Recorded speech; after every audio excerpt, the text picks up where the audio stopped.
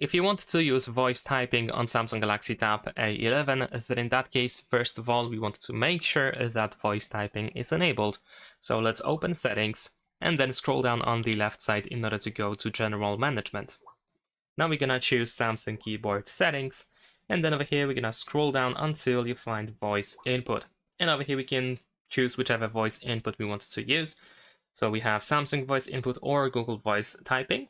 Now, once it is set up, once you have this option enabled, then we can open our keyboard. And in here, we are looking for a microphone, which is located over here, in my case, on the left side. So we can tap over here. If you use this option for the first time, you will need to grant permissions for the keyboard so that it can actually use the microphone. So let's choose while using the app. And then we need to agree to privacy notice or something like that. And there we go. Now, as you can see, whatever I say out loud, it is converted into a text. Now, if you want to disable this option, if you want to turn off listening, then you can tap on the microphone again.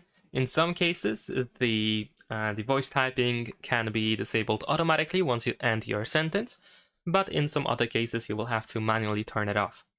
And that's pretty much it. Thanks for watching, leave a like and subscribe.